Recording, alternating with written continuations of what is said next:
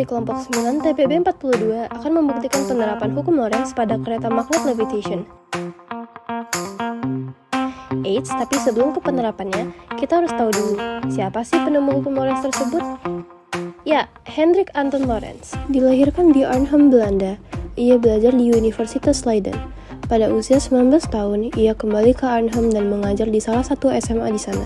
Sambil mengajar, ia menyiapkan tesis doktoral yang memperluas teori James Clerk Maxwell mengenai elektromagnet yang meliputi rincian dari pemantulan dan pembiasan cahaya. Pada tahun 1895, Lorentz mendapatkan seperangkat persamaan yang mentransformasikan kuantitas elektromagnetik dari suatu kerangka acuan ke kerangka acuan lain yang bergerak relatif terhadap yang pertama. Meski pentingnya penemuan itu baru disadari 10 tahun kemudian saat Albert Einstein mengemukakan teori relativitas khususnya. Sekarang sudah tahu bukan siapa penemu hukum atau gaya Lorentz tersebut? Nah, untuk lebih paham lagi mengenai apa itu gaya Lorentz, simak penjelasan berikut ini ya.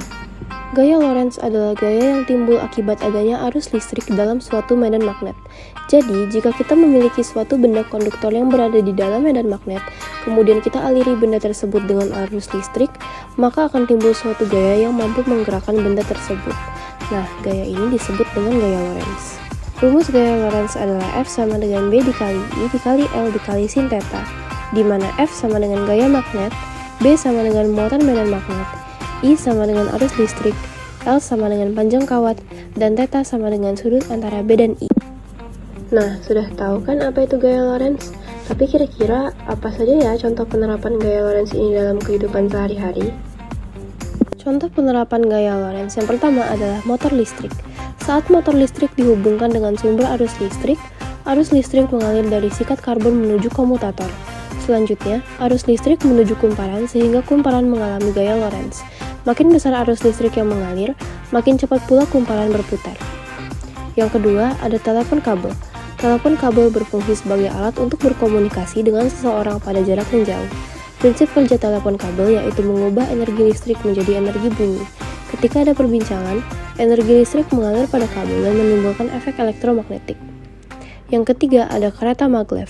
Kereta maglev menggunakan gaya magnet yang dihasilkan dari superkonduktor di bagian bawah kereta. Superkonduktor memiliki medan magnet sekitar 10 kali lebih kuat dibanding konduktor biasa.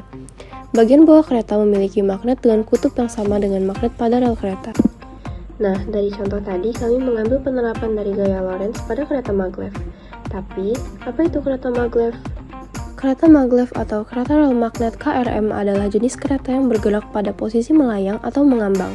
Posisi tersebut dihasilkan oleh gaya elektromagnetik. Penggerak kereta maglev adalah motor linear. Maglev digunakan sebagai alat transportasi jarak jauh. Kecepatannya lebih cepat bila dibandingkan dengan kereta kecepatan tinggi. Nah, kami membuat kereta maglev dengan alat sederhana dengan memanfaatkan magnet dan listrik. Yuk simak videonya. Langkah yang pertama, yaitu siapkan alat dan bahan.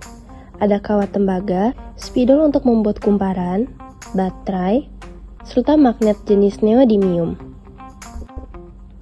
Langkah yang kedua, kita membuat kumparan yang digunakan sebagai rel keretanya. Lalu yang ketiga, kita letakkan magnet neodymium pada badan baterai sebagai keretanya.